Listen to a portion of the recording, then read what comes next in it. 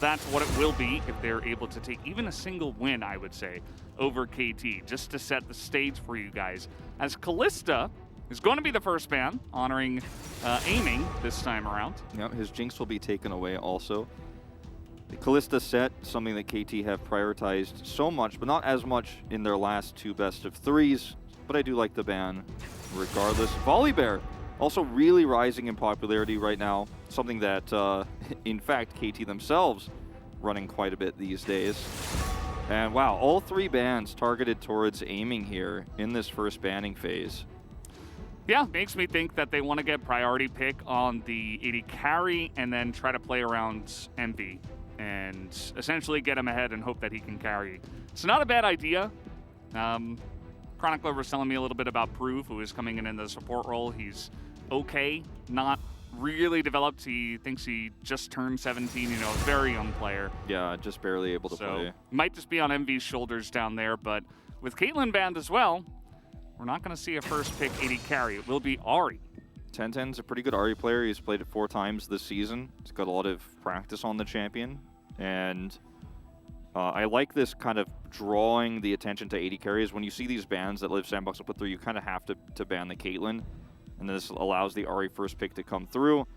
Now, the Kai'Sa here in isolation isn't a strong pick, but it allows KT to draft around it. But picking it this early does mean that Live Sandbox will have a lot of options. We've seen the Kai'Sa work extremely well with Ahri, in fact, but without her, it's going to be a little bit tougher to pull off. We'll see what sort of dive KT puts together here, as it may be an AP Kai'Sa build too. Like, it's not necessarily going to be all AD damage. Could be. The Hecarim definitely sticking out here. Hecarim Kai'Sa, a really great comp because the Hecarim goes in, the Kai'Sa goes in. You kind of get that dive going on. The Volibear is already banned, and with Hecarim as high tier as he is right now, seems to be the obvious pick, unless Cuz has other ideas. Yeah, I think, you know, the Hecarim into the Ahri has been somewhat contentious. It has worked out sometimes, but the Ahri gives you a lot of utility against this, so a little bit hesitant to lock that one in. But the Ahri works similarly against the Xin Zhaos, the Lee Sins of the world that are going to be doing the same thing. So we'll see the Lee Sin, speaking of which, hovered here for Hambak, going into this second pick phase here for Live Sandboxes. Want to lock that one up early so you don't get choked out of the pool here, and the Lee Sin works extremely well with the pick comps that work around the Ahri. We've seen this Renekton combo, and this is very traditional, the way Live Sandbox are drafting this Ahri composition together. Yeah, we've seen what the 2v2 with Ahri and Lee Sin can do in terms of picking off people, and Renekton also great gank assist for the Lee Sin. And yeah, very strong, aggressive top side of the map you can see here. The Ryze very much left open, and that will be locked in. Yeah, it's a response here, I think, to Live Sandbox kind of trying to outdo the aggression in terms of this draft with the Renekton and the power you're going to have with this around mid-game objectives. Being able to set up first and use those Realm Warps to further an early game lead makes it a lot easier to deal with the Renekton, or to avoid him, frankly, and then try to fight later on when your power spikes start to come online with a comp like this, as we will see more AD carries choked out now that Kai'Sa has been locked in. Xayah taken away here, and Ezreal is not really. I mean, he's the most common one that we don't have available, or like that hasn't been picked yet, but I don't think he suits this comp all too well. Because you have a Renekton, Ahri, and a Lee Sin you're trying to pick a lot, so you have a lot of range damage with Ezreal. Does give you a lot of scaling later. But I am really curious to see what they go with here, because Jhin could work, but also very tricky to pull off into the Hecarim Kai'Sa, who's just going to dive on top of him. Yeah. And in that facet, maybe the Ezreal would be nice, but they are going to take that away. And so now it's like, what do we play? Sivir? Do we play the Jhin into this? You know, there are a lot of AD carries, and so it is difficult to ban all of them away, but a lot of the good choices here are taken away. I was going to say Samira or Lucian, like, I think is the way you just go all in on this comp. Samira Rel would be a great way to kind of round this one out, and then you have so much team power around those early objectives. They'll take the Leona instead, so a little bit more well-rounded and long-range engaged than the Rel is going to give you, a little bit more survivable. And the Alistar looks like it's going to be the round-out match here for life. I think alternatively, they could have gone for like something like a Nami Lucian lane to try to control the bottom side, push it in super hard, and then control objectives there. They took the Samira route instead, and I mean, both of these comps are pretty well-rounded. I just think that KT's has the stronger late-game setups with the Gnar, with the Hecarim, the Kai'Sa follow-up engages. But if Live Sandbox get ahead early, and this Ahri starts to get vision control, and suddenly it becomes very difficult to play the game. You know, you're going to be walking into so many different engage options, so many ways to die. Yeah. As the mini Gnar who's trying to get his bar up, trying to rotate over to objectives, is aiming here, as Vikla. It's a scary rift to play on if Live Sandbox have vision advantage. Absolutely. Live Sandbox, they get ahead, super impressive. I mean, you're walking into danger zones everywhere. And not to mention, you know, Samira can do some pretty insane stuff as the game does come along. So they banned out a lot of the options from aiming. Maybe this is the way you do it. You know, maybe you just try to get Envy to pop off in one team fight after at least going even in the early game.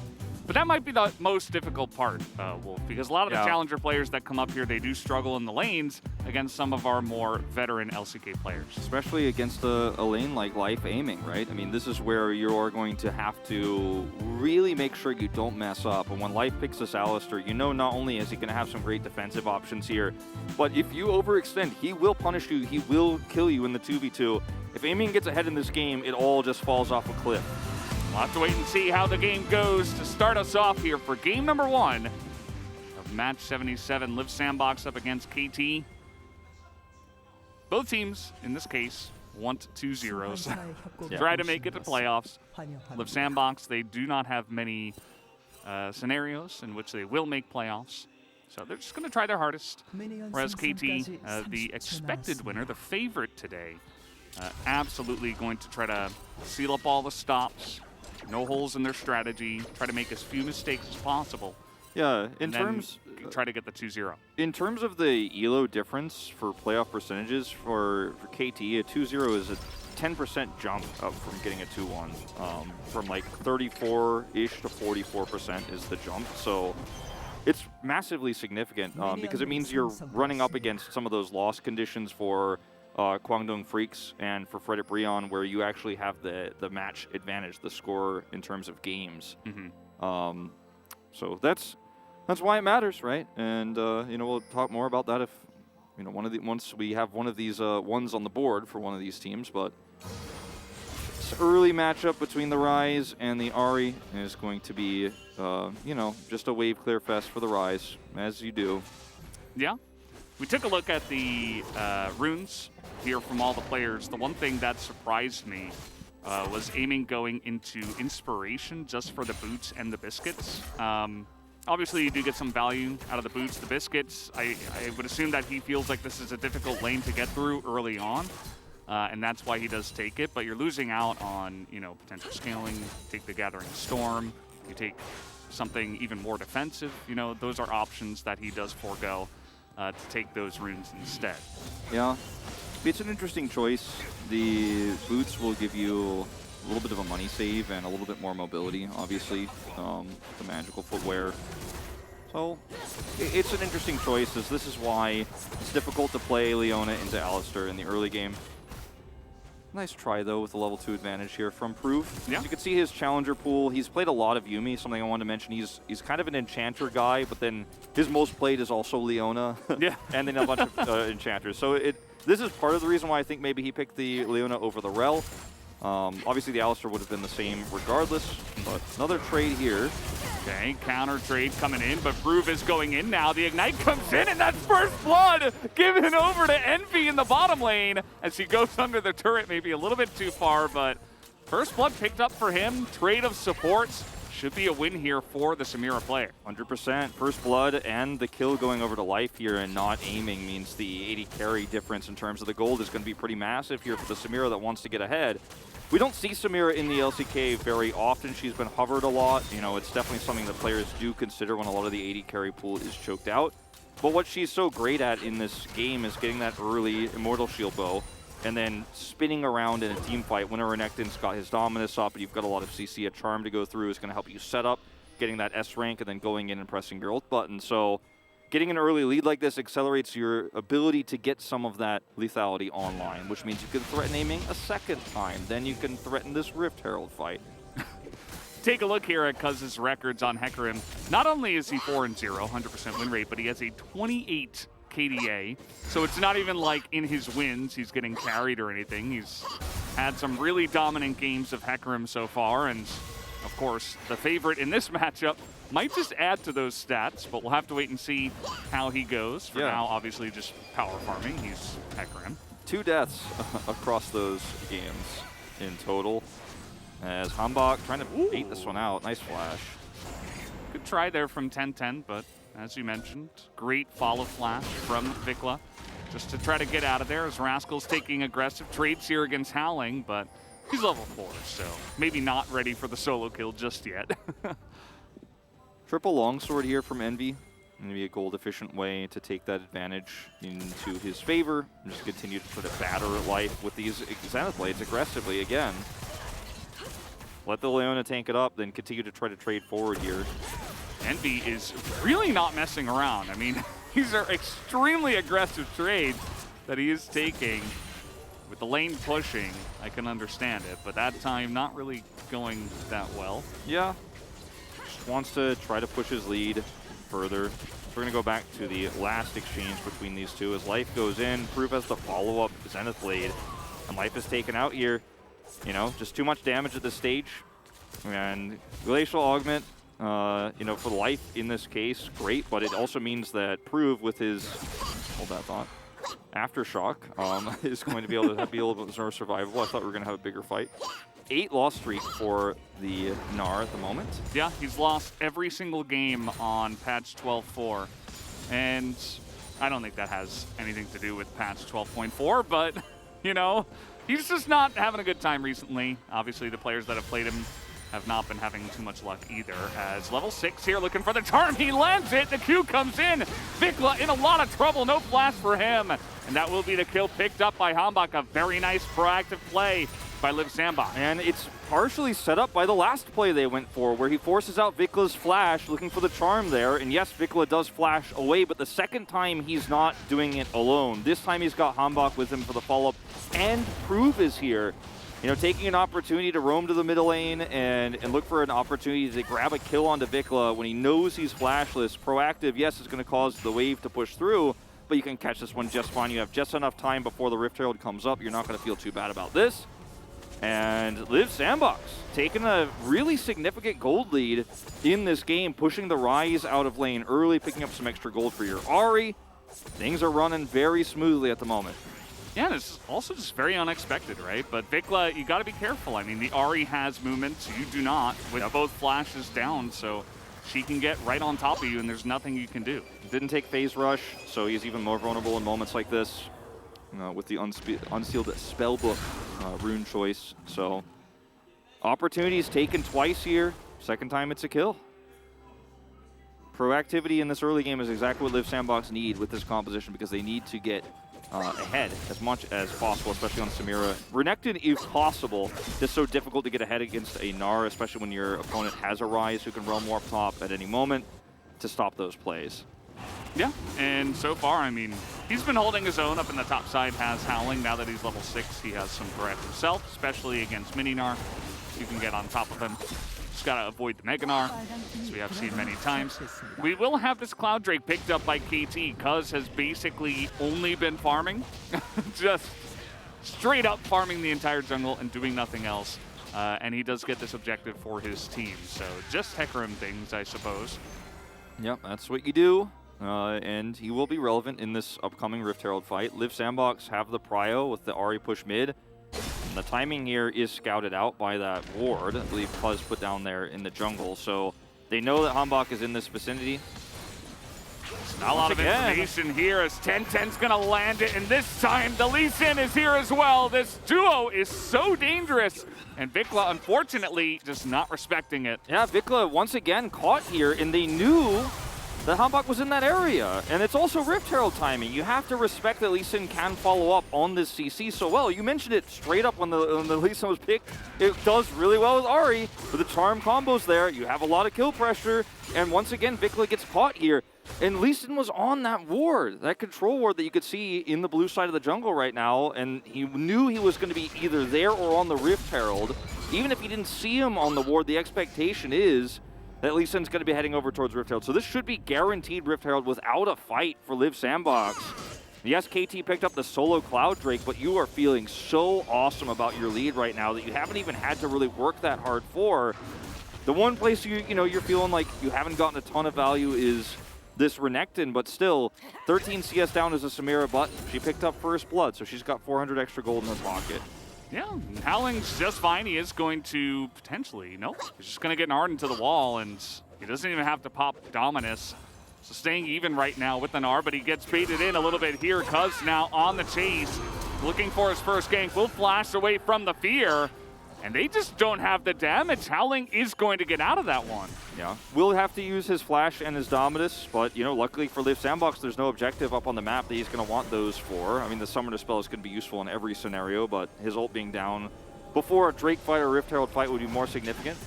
Not going to be too big of a deal in this case, as once again, Vigla is caught here. The wave is here, and so he's just greeting for it, instead of letting it go back or going back to just farming under turret, lose a few CS because you find yourself vulnerable. And yes, Cuz is fairly nearby.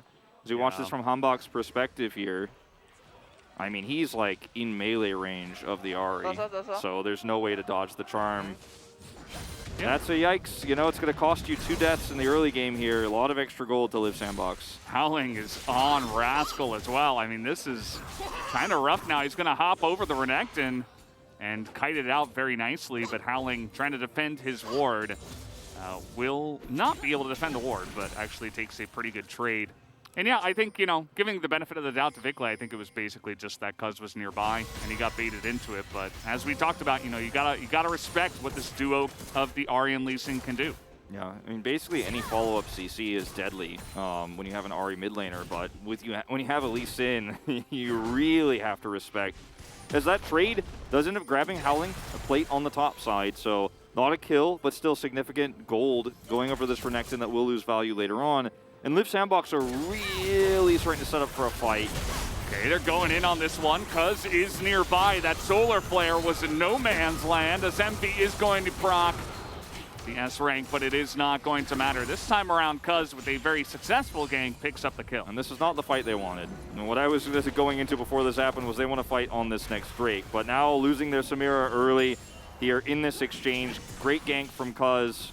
We are really in trouble, losing control of this lane. After what was a great trade in the early game, now, you've given a plate over to aiming.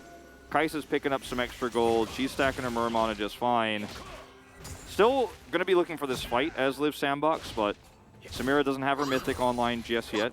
And sometimes you do, believe it or not, for the second Drake fight. You can get an early lead, but that was not to be the case this time around, just sitting on the Noon Quiver and that serrated Dirk. So still very strong timing here, but not the big timing you're looking for a second Drake fight. Rascal, nice play there. Lands the wallop as well. Howling has his Dominus, doesn't want to quite use it, has to pop it now in the brush. Will dodge the wallop this time. Rascal looking for the kite back. As he does have a nice amount of damage, the boomerang will miss, as Howling will just get away. Yep. Rift Herald going to crash into the mid turret here. That's going to give them Drake Prio, but there's just enough time for KT to kind of shore some of this up. Cuz is rotating down. Rascal does have teleport. It's not unleashed, so if he did decide to come down, he'd have to go straight to the mid turret and then fight his way over. So it looks like this is going to be a 4v4 fight. The Sandbox have the choke controlled. And Samira, with ultimate here, this is the type of fight you want to have in this early game, ideally with the Renekton. So KT with the one Drake leader, just like, well, you've got Prio, you're here first. We're not going to walk into your trap. We're not going to play into your hand with this composition. Our comp isn't online yet. Let's back away. Yeah, Infernal Drake, Infernal Soul, I should say, is coming up next with the Infernal Rift as well. Yeah. And I feel like Hecarim likes that a bit, There's not as many walls that you have to get over. You can kind of just charge through the jungle. The Gnar probably doesn't like it as much. Just thinking about some of the champions here on the Rift that may or may not like the actual change in the Rift. It's very good for them, for KT, that it's not an Ocean Rift because of the Ahri pick here. She loves that. Okay, going in on the Alistair, not always the best idea, but Life a little bit alone here as Cuz now making his way down. There's the Realm Morphing. Cuz, though, is going to land a huge one, and a big Q comes in from Life as well. Liv Sandbox go a little bit too deep and all 3 of them will get knocked down. Yeah, I mean, as you mentioned, going in on an Alistar, not always the greatest idea. Super tanky, super survivable, has his ult available, doesn't even need to flash, and Alistar is the exact type of support champion that is going to be very happy to buy enough time for Realm Warp to come and save him. And this is a moment as Liv Sandbox, we're like, okay, we didn't get that fight on the Drake. They avoided us there. We need this Samira to get gold. We so desperately need to push this lead. 2 kills on the Lee Sin. Let's actually try to get this pick on the Alistar. Maybe we have enough damage. No, you did not have enough damage in this case. And they are just immediately Realm Warped upon. Alistar bought enough time.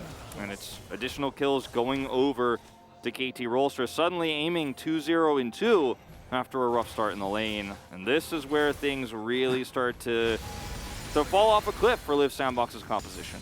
Yeah, you know, we were talking about the composition here of Liv Sandbox. They want to get ahead, and, you know, going outside of the actual champions, this is sometimes what can happen. Like, the challenger players, they are mechanically skilled. They are very strong players. That's why they are in challengers. There have been jokes made before that challengers is even stronger than the LCK, or it's a really strong region. But at the same time, sometimes their decision-making not quite there. And we have seen that a lot in recent times, as Rascal will just hop away here.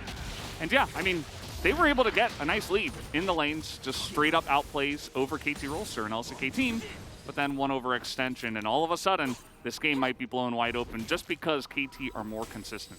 Yeah, and you know, we don't know how much like practice has gone into this. Like, they've had a few days, obviously, to prepare this time around, but like, Prove and Envy don't have a lot of existing synergy as far as we know, right?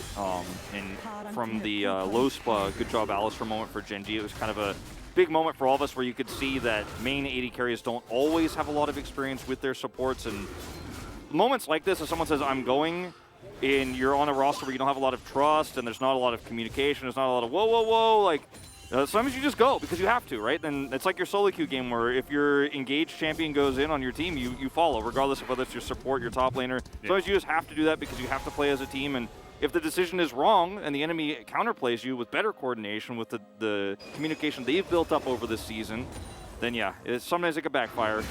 But I respect them for trying it. Yeah. I will say that. Yeah, like you were saying, you know, they really wanted to make that Samira work and get some gold. Here in the early game, just not quite going to work out. Aiming is going to have an excellent time.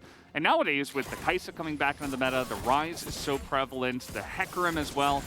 If you overstep your bounds, they are going to chase you. It's so hard to get away from. Also, Ahri, you know, all of these meta picks, you're going to get Realm Warped on. You're going to get Spirit Rushed on. Speaking of which, in goes 10-10. He is going to get that one onto life. But again, it is Alistar. And that's why your decision-making has to be really crisp. Yeah. Now, they are able to pick up some extra gold here, get a second charge on this inner turret, and the Rift Herald does go through. So controlling these early objectives, they were successful at that, even though they haven't turned that into a massive gold lead. They're still picking up some money on the map. For Liv Sandbox here, now your biggest challenge is to control vision for the rest of the game, if you can. Because 2,000 gold down, you could still win team fights. You absolutely can. And you can force fights in these pockets of lack of vision for KT Rolster with the Charm, with the Samira ult, with the ability to follow up with Leona for Prove. But if you give vision away or you're not able to hold on to it tight, you know, and allow, for example, Cuz to steal your jungle away, if they have deeper vision on the bottom side of their own jungle, like, they could actually punish this. Their comp punishes moves like this extremely well. Now that Unleashed Teleport is available for Howling, like, he can get into the thick of things and turn what was an initial pick attempt into an all-out brawl. They can win with the Samira ult, with the Renekton ult. Just got to be fighting for vision non-stop. If you just sit back and let the game play out now, you lose at 100% versus KT's comp. Rascal took about 60% of his health in turret damage. Really trying to press the issue. You could tell he was really thinking about diving there, but, you know, against the Renekton with Flash and Dominus, probably not a good idea. Trying to get on top of aiming here. Nice flash away from 10-10 just to get himself out of there. Vikla takes a ton of damage, but the stopwatch is online. And now aiming can just jump into the backline with the Samira. Oh, she's going to get denied by life right at the last second there. Howling so late to the party here, too, on the teleport. He's the last one to join the fight. He's got to be there way faster than this. And unfortunately, you can see all the ways this comp could work out. Imagine if Renekton was with you on the engage from the outset. Imagine if he's coming in, the second Tentin goes in for the charm, and he's locked the KT Rollster from exiting the backside of that fight. If there's a little bit better communication, this works out so well. But the Alistar into the Samira too in these scrappy fights can shut down her ultimate, and that's exactly what Life did. KT will win the ensuing fight, turn and engage into their victory once again, and will take the follow-up Drake. As knows the timing of this, like look at where Renekton is. He hasn't even started his teleport yet, and yet they're going all in on the brawl. By the time he initiates the teleport, the fight has already turned here as Kai'Sa is able to ult into the backside. Aiming is completely untouched. They shut down the Inferno trigger with the Alistar, and Howling is like, I'm here, guys! Just unfortunately, like, about 7 seconds too late into that team fight, and KT were ready to punish. And even if Renekton is there, it's not a sure win, but if you're going to go all in on that, you've got to communicate a little bit faster. Yeah, basically a 4v4 for the majority of that until Howling and Rascal got there, and by that time it was over, so... yeah, just going a little bit too deep. It feels like there for Live Sandbox. You know, this is what this composition does, and they did have a lead, but now it's, you know, you don't see a lot of LCK teams getting aced at 18 minutes, right? And that's kind of, you know, the scenario we find ourselves in with the Live Sandbox Challengers players coming in here, as now they have fallen incredibly far behind. The first Infernal Drake going into the hands of KT as well, off the back of that fight. As Live Sandbox, they're not going to give up without a fight. They are looking top side once again, perhaps to get on top of Vikla here. A lot of CCs, so I don't think any Realm Warps are coming in anytime soon. He is just dead. There's a nice little roam on the map here from Live Sandbox. That's going to pick up that bounty gold, and Howling's going in. He's going in. He's, you know, a Renekton, but there's the charm. Immediate. Grateful will just come out here from Life, as Aiming will just scoop up a kill. He says, you want to stick around this long against an Alistar and against a fed Kai'Sa, be my guest. Yeah, you know that game that gets played with the alligator where you push the tooth and like if you push the wrong one, it chops on your finger? Yeah. Like KT just keep pushing the right ones, man. Their finger's not getting chomped on this game. 2 deaths here for Howling as he tries to engage the second time a little bit better than the first. Is gonna try to punish Aiming here. Not gonna be able to time it out, just lucky enough, but the engage here on the Vikla is great, and you can see Howling is rotating up, and with the positioning of Aiming, if he gets caught by the Renekton, if he overextends here without knowing where Howling is, this ends up being fine. He pops Dominus early, and the rest of his team is still clearing minions. There's just such a distance between him and the rest of his teammates, and they bail out as he gets CC'd. And it's Aiming who's gone for this AP Kai'Sa build, who's just able to blow him up. He's got 3 items now online. His Zonias means that he is nigh unkillable, can engage from a really far distance away, and then be safe. You know, it's not a happy moment here for Live Sandbox's composition. They've completely lost control, and that was their last real attempt, right? They get Vikla, get that bounty gold, but then gonna give over your top laner, give over another kill. 5-0 and 5 Kai'Sa. 11,300 gold, 4,000 above the next highest. AD carry there, so yeah, it's...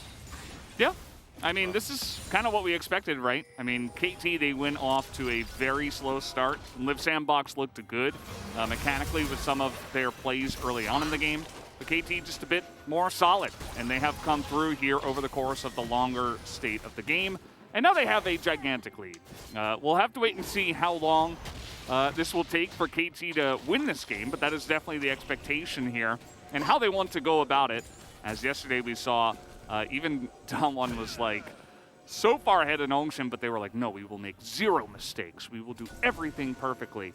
This build from Aiming is super good too. Like, he's gone for Nashor's, the Muramana is completed, and he still gets Berserker's Grief so he can get his passive to proc faster, and we'll see what he builds next year, but he does so much damage if he autos somebody like 3 times and presses all of his buttons, that so much so with his ultimate that if he gets charmed by an Ahri, he just looks at her and kills her, actually. And like, If there's no follow-up CC, of course. But he's got Cleanse, he's got Flash. Like, he's so fed in this game that you can't pick him. You cannot find the 80 carry, who's an AP carry hybrid in this case.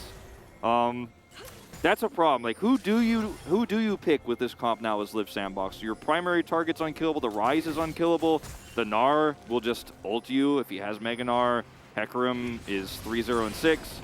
It's not even just a problem of like, well, this comp is stronger. It's like, well, look at where the money is on this Kai'Sa. She cannot be killed. She will kill the assassins. And that's the thing about the Kai'Sa. Like, once it gets online and really strong and picks up 2-3 items, it's incredibly impressive. We even saw that with Faker playing it in the mid lane, where it's just, you know, in the early game, you're just kind of sitting there farming. You don't do much. But once you get your build, you can, like, one-shot people. And part of the reason we don't see it as much is, I guess, because she has an incredibly weak laning phase. You can kind of get away with it in mid lane. But, you know, with the Caitlyn Luxes of the world, with the Ezreal Karmas of the world, it can be very difficult to run down on the bottom side. But with all the 80 carries that were banned, and, you know, honestly going up against a weaker bot lane, I'm sure that Aiming was like, yeah, sure, we can kind of get through this and get online, and now look where he is. Yeah. Even Shroud for life as well as his Mythic, I think, is a great choice, considering the amount of CC that's going to be put into him. And whoever stuns him, like, or charms him or whatever, Aiming's like, I'll kill that person, I mean, instantly. Don't worry. It's actually a really great item for the lead that they have, and you know, Hullbreaker's online for the Gnar too, so he can push kind of with impunity. Like, he's not going to be afraid of anything. And for Live Sandbox, like, normally in this situation we're like, well, you guys got to be proactive. You got to try to look for a play, but there are almost exactly 0 ways for them to make a proactive play in this game. So they have to kind of sit back and hope for a mistake from KT, which very well could happen. But that's the hope. Yeah. I'll have to wait and see how that goes. I was a little bit shocked at the lack of vision from KT, given the fact that they are about 8,000 gold ahead at this point in time. They were basically totally blind on the Baron. Maybe they had one ward over there, but the entire river was totally dark, and they had no vision there. But taking over position as... Talk about desperation. I mean, that's a Kai'Sa. You're not really going to have that. You're not going to hit that one, as Rascal is looking for a solo kill. Can he pick it up? He wants to get number 24. He's got Flash. Like, actually, when Dominus expires, he might. There's the hop. Okay, over the turret he goes. He's looking for the flash on in, and there is the solo kill, number 24. Casually, while his team does Baron. He might get number 25 here. I mean, Tenten's got to be careful, as the ult is going to be, unfortunately, buffered and will not hit anything, but he is just on the run now. There is a lot of members of Live Sandbox that are coming to kill him, so not looking good for Rascal. Kicked into the Ahri, though. Does he have the damage? He will take out the Ahri. Are you kidding me? Rascal! Oh, man, is there anything this guy cannot do? Hullbreaker resistance is pretty good. He lives long enough there. He's got a Divine Sunderer in that exchange, and so he's eventually able to end up getting that kill when the kick comes through. KT, meanwhile, we're doing the Baron. And it's cool. You got the Gnar eventually, but I think they maybe should have been trying to look for a team fight instead. Let the Gnar go. Maybe even lose an inhibitor, because your other best way to win this game is to win a miracle team fight with your Samira. A Samiracle even might be your best route, because when she gets her ultimate and she spins around real fast, she's got her collector online. Maybe everybody pops, and maybe you get a quadra kill, and maybe you walk down mid and take down that inhibitor. But, yeah, they killed Rascal, but he also killed the Ahri after getting a solo kill into Howling. Look at the damage. Does that count as a solo kill, by the way, because he technically killed Ahri by himself, even though there were, like, 3 other people there? I think it counts as a solo kill. It does not count as a, like, top solo kill, like, in the 1v1. It's not like an isolated death. Yeah. So I think it does count, though. As long as you have no teammates and there's no assists in the kill, I think it counts. I'd like to actually get confirmation on that, if possible, just so we know if he's at 24 or 25. That's G-Sun wink wink, I don't know. Maybe the desk will get on that one, but I believe it counts. It should, right? As finally he decided to build a Mythic. He was like, I'll build a Ludens now, and Yeah. Void Staff on the way. It's really impressive. He only gets one of those every 6 seconds or so, as they will engage on top of him. The cleanse is used, but he's got Zhonya's, so now how are you going to get on top of him? He just flashes away, picks up another kill, and this is just carnage. As we do see KT now cleaning up the rest of Liv Sandbox. Perhaps 10-10 gets away. Perhaps he doesn't, as he is up against the Hecarim. Oh no. Oh! Teleport. Wallop. Wallops through the wall. Oh. Okay. The rock has been thrown at him, and Cuz will pick up the kill. That's going to do it for game number 1. KT take the win. That was expected. Was a little bit rocky there in the beginning, but they got the job done. Really great game across the board for KT Rolster. Life had a fantastic Alistair game, baited out a lot of kills. Rascal with the solo kill. I think we're going to see a split vote here. Very dominant performance once again from KT Rolster with the comp they popularized here. And Humbug, yeah. Like I said, last time he tried to kill Aiming, Aiming looked at him and then he died. Yeah. And just a little bit of that going on here this game around.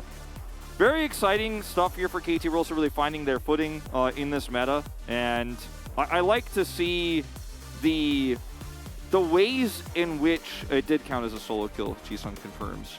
I do like to see the ways in which KT will draft around this Kaisa that they picked early.